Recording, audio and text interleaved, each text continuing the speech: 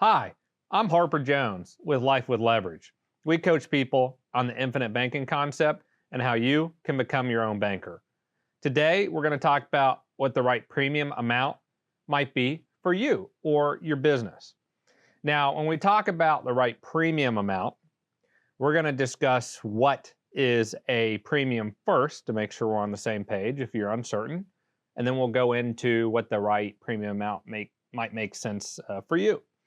So a premium is a life insurance term that is essentially like your deposit or premium or cash that you put into your life insurance contract.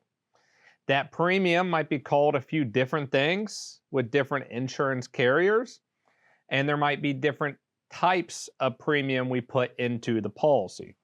But in totality, you should look at the video I did called Infinite Banking Policy Design, and you'll see how we design a premium and the breakdown of the premium, and then that will all click and make sense. So definitely make sure to watch that, and I'll link it in the YouTube bio. But the premium is going to be made up of a few different parts, and essentially what we put into the policy, we're going to put a little bit more in the beginning years and a little bit less in the later years because we want to front load or overfund, or essentially think of a car. We have horsepower in the car, then we have turbo. We're going to have a little bit of turbo on the policy in the beginning, not too much or it overheats, and not too little, it doesn't accelerate fast enough. Or think about starting a fire. We are going to have a little bit of gas or fuel we put on the fire to accelerate it. That would be the mindset or the analogy. So when we come to what's the right premium amount for me, well, I do have some data points with all the clients we have, and they're starting anywhere between 20 to 30% of their gross annual income. So let's say they make $100,000 a year, they might start a policy anywhere from 20 to 30,000. Some people do higher, some people do lower, but that would be a data point for you. At the end of the day, it really comes down to your goals and your objectives. Now, if you're a real estate investor or a business owner, you're going to have additional cash flows or additional reserves and expenses that you may or may not want to put to work in an ideal savings vehicle like a life insurance contract. So your business might do a couple $100,000 in gross revenues. You might make $150,000 in gross personal income, and we might do a policy at 50 or 75,000 or 100 because that makes sense for you, your goals, and your objectives. Now let's take another scenario that someone has a W-2 job and they're making 250,000. Well, a lot of people in that scenario, once they fully understand infinite banking and the benefits it provides for you, they might say, hey, I got a family of 4, okay? And this could be another factor. Maybe they have 2 kids and a spouse and themselves. Like, hey, I really like this idea. I want to allocate, $100,000 to the 250 a year, which remember, we'll put in 100 a year for a few years. Then we'll drop down to a lower amount, like 40,000 thereafter.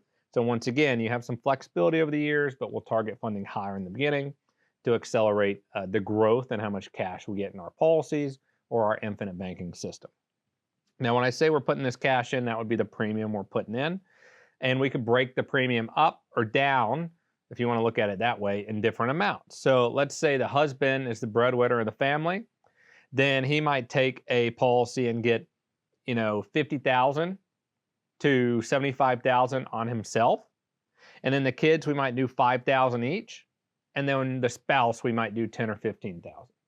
Depends on the scenario. I see it split up tons of different ways, but I always tell people, instead of breaking it down on family members first, make sure we understand the concept, understand the benefits, and then the right premium amount will break it out thereafter.